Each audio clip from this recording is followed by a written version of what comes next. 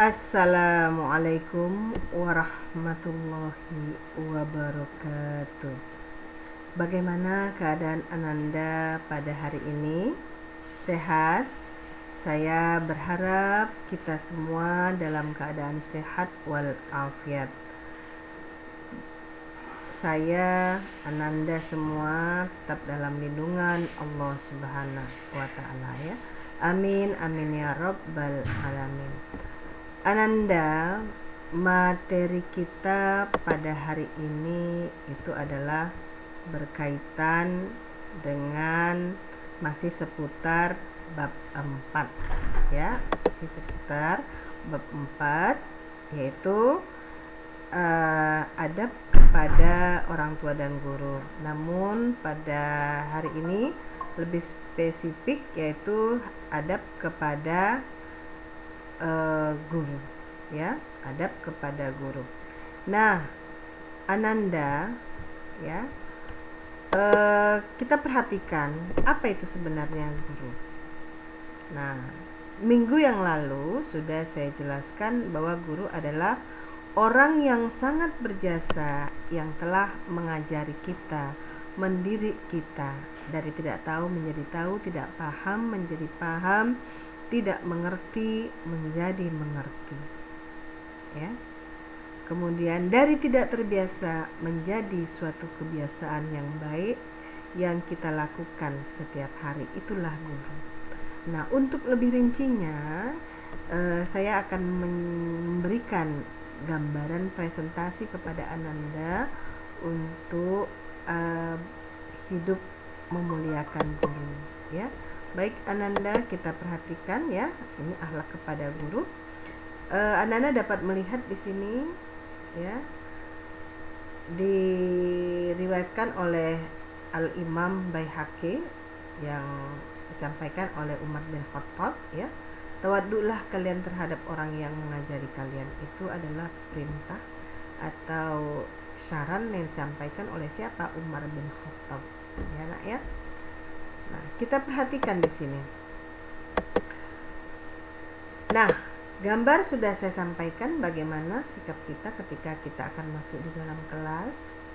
Kita salam guru kita dengan cara tawadu, ya, masuk perlahan-lahan ke kelas. Demikian juga ketika pelaksanaan upacara bendera misalnya yang diadakan setiap Seninnya, masuklah dengan baik ke lapangan, dengarkan apa amanah yang disampaikan oleh guru kita, ya. Anda dapat lihat betapa tertibnya siswa-siswi yang ada di layar monitor kita mendengarkan arahan oleh seorang guru.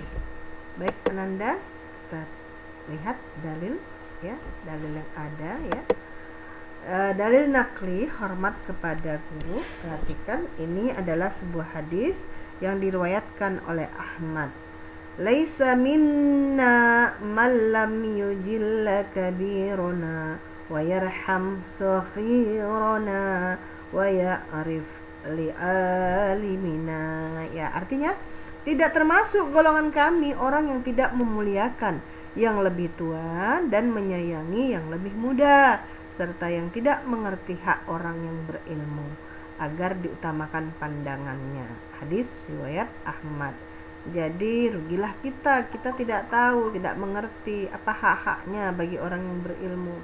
Termasuk kita tidak tahu bahwa orang berilmu itu akan diangkat beberapa derajat dari orang yang tidak berilmu. Jadi inilah dia keutamaan kita untuk hormat kepada guru, karena ilmu kita peroleh dari guru, ya.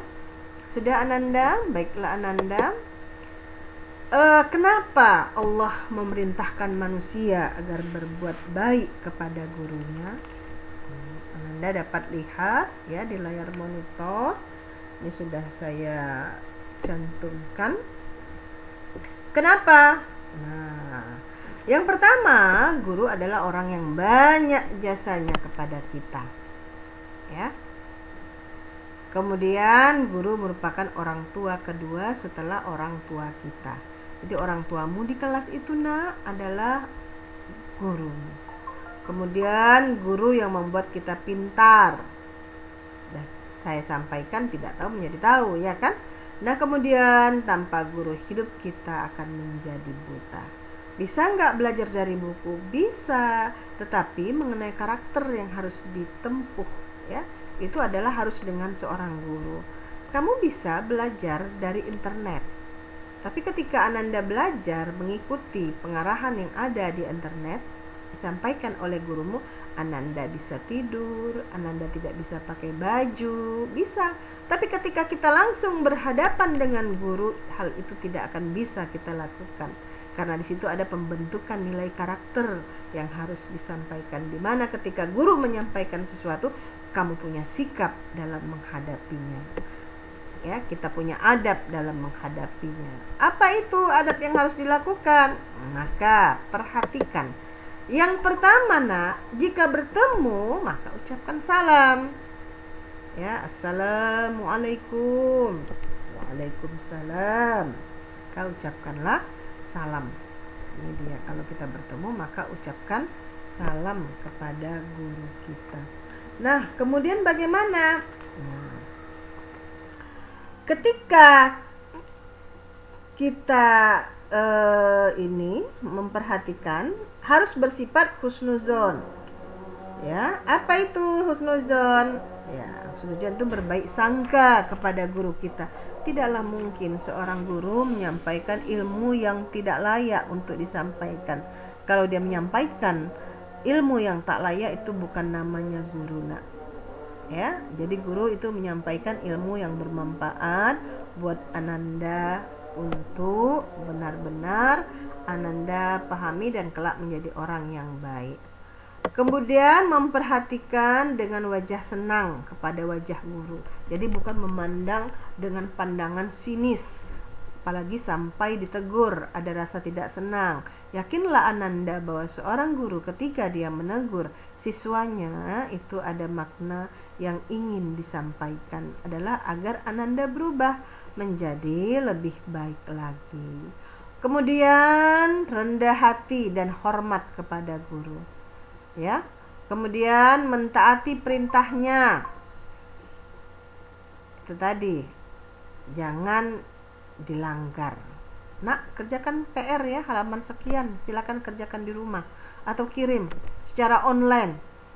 Batasnya, deadline-nya adalah tanggal 14, sampai tanggal 20 pun belum dikirimnya juga.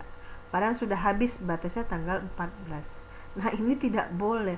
Begitu guru mengerjakan perintahnya, kerjakan langsung. Jangan biasa menumpuk-numpuk pekerjaan, ya.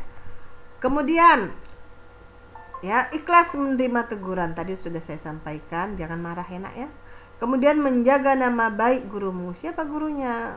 Guru akidah akhlak siapa? Itu loh, Umi Laili. Akhirnya kenapa? Kedapatan dia melawan guru, padahal sudah disampaikan, dipelajari, melawan guru itu apabila ditegur itu adalah perbuatan yang melanggar adab terhadap guru, tapi masih dilakukannya. Memandang guru dengan pandangan memuliakannya, menjunjung guru jika ditimpa musibah. Datang, gurunya sedang mengalami musibah, silakan datang. Tapi sedang keadaan COVID gini, ya sudah, harap maklum lah ya. Nah, guru ada musibah, silakan didatangi dan dikunjungi kalau memang keadaan stabil dan kondusif, ya. Baik Ananda, kita masuk kepada keutamaan. Kenapa sih sebenarnya guru itu harus dihormati? Ternyata ada keutamaannya, nak. Apa itu keutamaannya? Yang pertama, ya, mudah menerima pelajaran. Seorang siswa apabila dia melaksanakan adab terhadap guru yang sudah saya sampaikan tadi dengan baik, maka dia akan mudah sekali menerima pelajaran yang disampaikan oleh gurunya. Walaupun sesulit apapun materi yang disampaikan, ini akan mudah diserap. Kemudian mendapat ilmu yang bermanfaat. Ya. Jadi bermanfaat. Ya, mudah-mudahan ilmu itu akan bermanfaat bagi dia selama seumur hidupnya. Bahkan ketika ilmu yang bermanfaat itu diajarkannya kepada orang lain, maka itu akan menjadi amal jahiliyah dia. Maka akan terus bertambah kepada gurunya, bertambah kepada dia lagi pahalanya, dan seterusnya, ya, sampai ke anak cucunya juga nanti mendapatkan manfaat dari kakeknya tadi, ya. Kalau kita sudah menjadi kakek, cucu kita yang kita ajari diajarkan anak kita mengajarkan kepada cucunya, ya, dan seterusnya, ya. Kemudian masa depan cemerlang. Ini tidak akan mungkin seorang anak yang mempunyai etika yang bagus terhadap gurunya, ini masa depannya suram. Tidak, pasti akan mendapat masa depan yang cemerlang. Kelak menjadi orang hebat dan bermartabat, ya. Kemudian hatinya tentram dan tenang, pikirannya cerah, ya. Ini akan mudah, dia tidak akan galau gara-gara permasalahan yang sepele, karena dia yakin bahwa Allah itu sesuai dengan ajaran gurunya tempat mengadu segalanya. Mungkin kepada orang lain bisa cerita itu akan sampai ke orang yang lain tanpa solusi, malah menambah problematika, ya. Kemudian diangkat Allah derajatnya. Memang jelas hidup itu ada perbedaan derajat orang-orang yang berilmu dengan orang-orang yang tidak berilmu. Apalagi ilmu yang diperoleh itu adalah ilmu yang benar-benar diterimanya kepada gurunya dengan cara memang sangat menjalankan adab terhadap guru, ya. Kemudian berkah hidupnya, ilmunya, dan rezekinya. Insya Allah Ananda semuanya yakinlah bahwa para pejabat kita, ya, yang di atas itu termasuk orang-orang yang beretika terhadap bapak dan ibu gurunya. Saya yakin tidak akan ada orang yang mencapai pintu sukses kalau dia tidak memiliki adab yang baik kepada guru dan orang tuanya. Barangkali demikian, nak, materi kita pada hari ini.